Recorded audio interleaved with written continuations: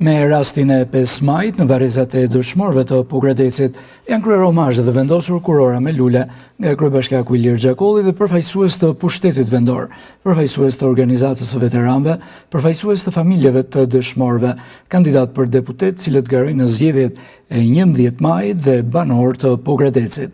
Në ditën e dëshmorëve janë shumë të emrat që kujtohen me mirënjohje jo vetëm për vlerat e përjetshme dhe kontributin që dhanë për çlirimin e vendit për një të ardhme më të mirë, por edhe të gjithë atyre që sakrifikuan jetën për liri, demokraci apo të drejtat e njeriut dhe dinjitetin e çdo shqiptari.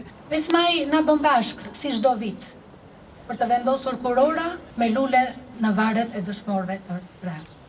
Duke vlerësuar trimërinë dhe heroizmin e tyre, duke nderuar dhe kujtuar gjithmonë për kushtimin dhe dashurinë dhe gjakun e të rënëve, sot njëkohësisht kujtojmë edhe 80 vjetorin e fitores mbi nazifashizmin.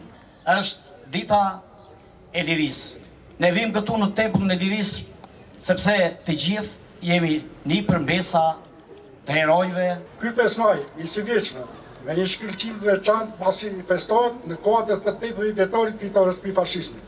Kjo ditë përkujtimore ka hyrë kalendare përkujtimor si ditë e madhe e njerëzve të padekshëm.